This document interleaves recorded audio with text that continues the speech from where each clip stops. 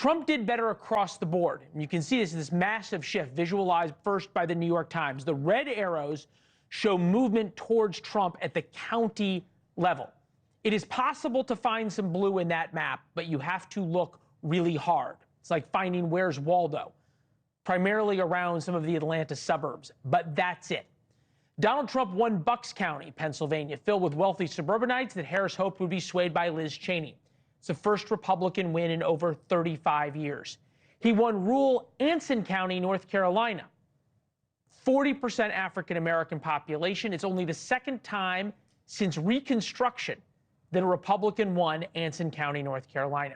He won Starr County in Texas, the first time a Republican has won the county in 128 years. It's mostly Latino county there on the Mexican border. With us now, Pollster political analyst Frank Luntz. Good to see you, Frank. Want to point out something. First of all, I think we can all be thankful that the warning that I think you were scared about, and a lot of people were, of time of us talking about the race and it dragging on did not happen. That's partly because of Donald Trump's mandate and how the voters spoke. But as we look for common themes here from the night, you said something a couple of months ago to me that I thought was really profound. You didn't say working class. You didn't define people by race. You didn't define them by gender, ideology. You said paycheck to paycheck voters. And is that the common thread in so many of the counties and the reason that Donald Trump got this groundswell of support? Well, you got it and you understand it. And that's in fact exactly what happened. And this is a group that has been voting Democrat since I've been alive. And Trump is the first Republican able to coalesce them. And one of the key moments in this is that it's not white paycheck to paycheck. It's not brown, Latino, Hispanic paycheck to paycheck. It doesn't matter what your ethnicity is. It doesn't matter what your gender is. If you're a paycheck to paycheck voter struggling every week or every month, you are more likely to consider and to actually vote for Donald Trump than in any time since Ronald Reagan in 1984. You'd have to go back 40 years. And it happened in Pennsylvania, Michigan, Wisconsin. It happened in Georgia, North Carolina, Arizona, Nevada. That is the similarity. And it helped bring Republicans major victories in the Senate race. And it's likely to keep the House in Republican hands. That's how significant this election was just 24 hours ago. Well, you were the one who first described this group of people. We just paid attention, and I just paid attention to somebody smarter than me. Right now, 4.5 million votes separating Trump and Harris. Something else that's interesting that's happening is that 2016, very small victory in the swing states that brought Donald Trump the presidency. He didn't win the popular vote. This is different than 2016.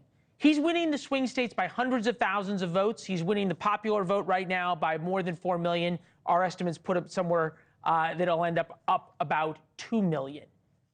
What is different now in his victory than 2016? That people have lived with him and they realize that he's serious, that they have experienced him, and whether or not they like him personally, they believe that if you're wanting to drain the swamp, you got to get someone who's really tough, someone who's a little bit ornery, someone who, quite frankly, is pretty extreme in the language that he uses and the examples that he sets, but someone who is not compromising in making these changes. The voters who voted for him trust him to bring about the change that he's promised. They trust him to make a fundamental, a meaningful, measurable difference in the way Washington works. And what I find remarkable, because Harris, at one point when she was so joyful and just dancing up and down the stage, it looked like she was going to take the country by storm. She closed the gap that Joe Biden had created more quickly than any president since Barack Obama, and arguably even faster than he did. And she did so just by adding and adding and adding to her potential vote. But you know what happened? People got to know her. She got angry. She started to sound like Donald Trump.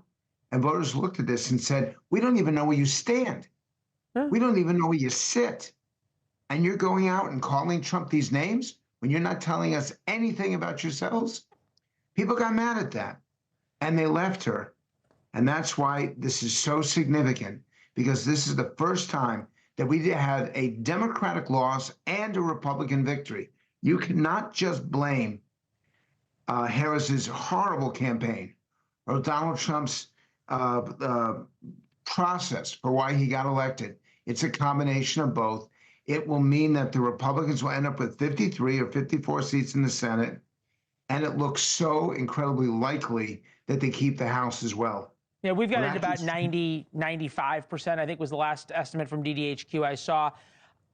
This is CNN last night, sort of to your point, that this is a Democratic loss and a Republican win. Take a listen.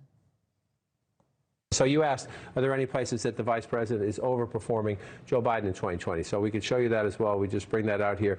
Harris overperforming in 2020. Holy smokes. There you go. So let this go away and see if there's anything on the east side there. Literally nothing? Literally nothing. Literally not one county? And you can hear the surprise there. There's so much hand-wringing by Democrats right now. I got only 30 seconds. But is there a sense that there is people who voted for Donald Trump not because of his language and rhetoric that you pointed out, but despite it? Probably that's the reason why he won. And I hope that you go out of this segment and you end the show by showing that CNN map again.